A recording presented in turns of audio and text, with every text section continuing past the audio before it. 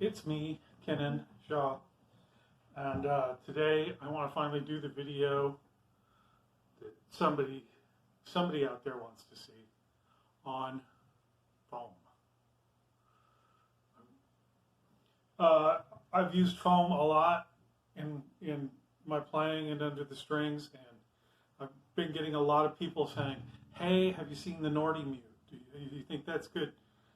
Nordstrand is a very fine company. They make a lot of great products. I'm sure the Nordy Mute is great, but for what I use the foam for, I need a slightly different setup than what they're doing. What they have for that one thing is fantastic. It's great. And if that interests you, I suggest you get one. As for me, I've got sort of my own way I've developed as far as using the foam. And I just kind of wanted to show that to you today. All foam is great. I pick foam up wherever I see it. This, I don't know where this came from. This could have come from anywhere. But I'm going to show you how I shape this and how I use it. So we'll just start with this big old block. Now, if you just stick that under the strings like that, it's gonna sound like the Nordy Mute, but it's gonna pull your strings out of tune. The Nordy Mute goes in from the top like that. You could even do that with this piece. Just go boop. But the way I use it's a little different, so I want to show you that. And we'll start by, I know, old man with the camera. I don't need this full length, so I'm going to cut it right there.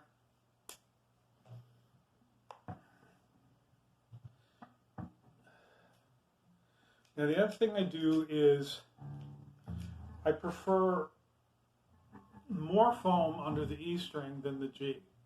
So I taper the cut. Instead of using a triangle, I kind of cut it down at an angle.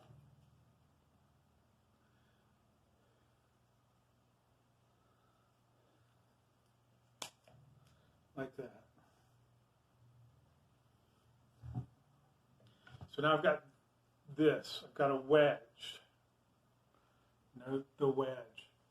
And that will go under the strings like this. But it's still very thick. So what I like to do is get it so that it's just kind of touching on the strings as it's under them. It's not heavy foam under the strings. And just kind of get a measure for that. Take a little piece so you kind of know where you're going. And then, now cutting the foam, it's not going to cut straight, it's foam.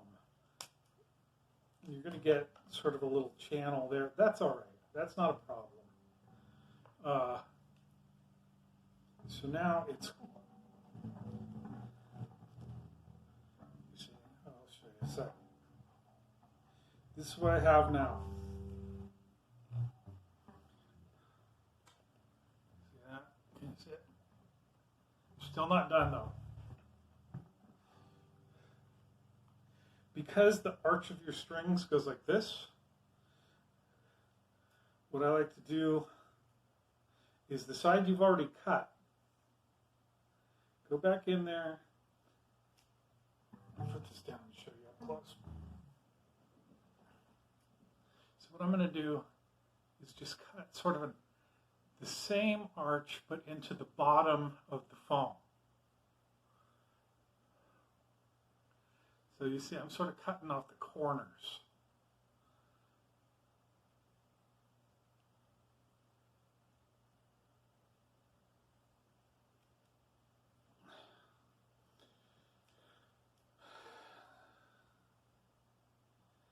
Because it doesn't cut super straight, just take a little more off.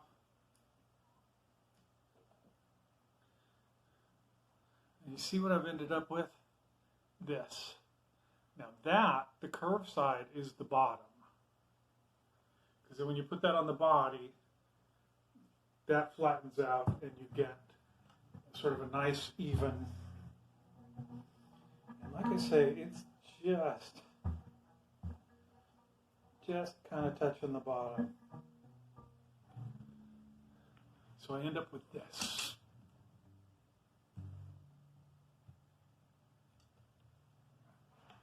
Now, the great thing about this is it doesn't give you a super big muffled thing. And you know, you're not going to hear it that great. I don't have fancy microphones or anything. This is just me and my phone. So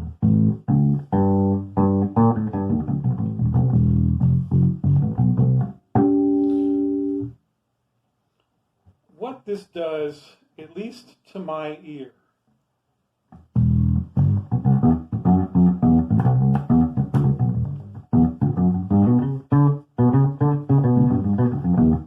it doesn't change a lot. It just kind of gives you a tiny bit more fundamental and less of the overtones.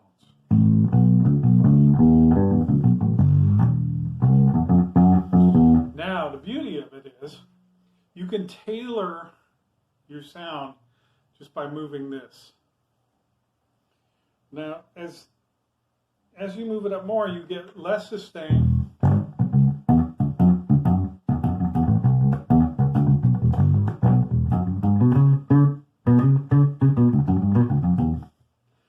And then sometimes you get it all the way up here.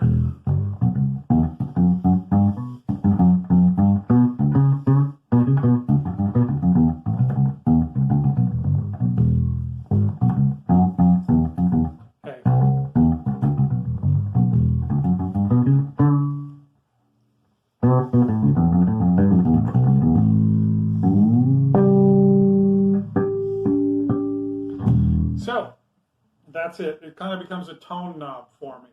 And you know, and you can do goofy things like this, you know.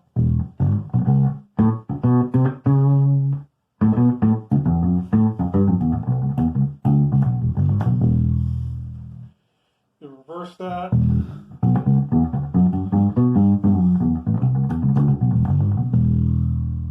You take it, sometimes I just take it right off the G string.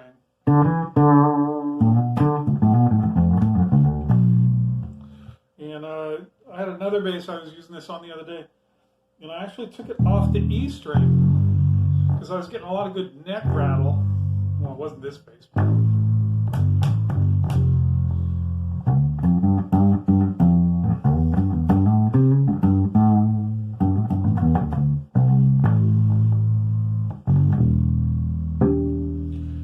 so it gives me all of those different goofy palettes to play with.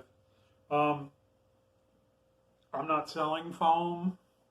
I'm not suggesting that you don't buy Nordstrand products.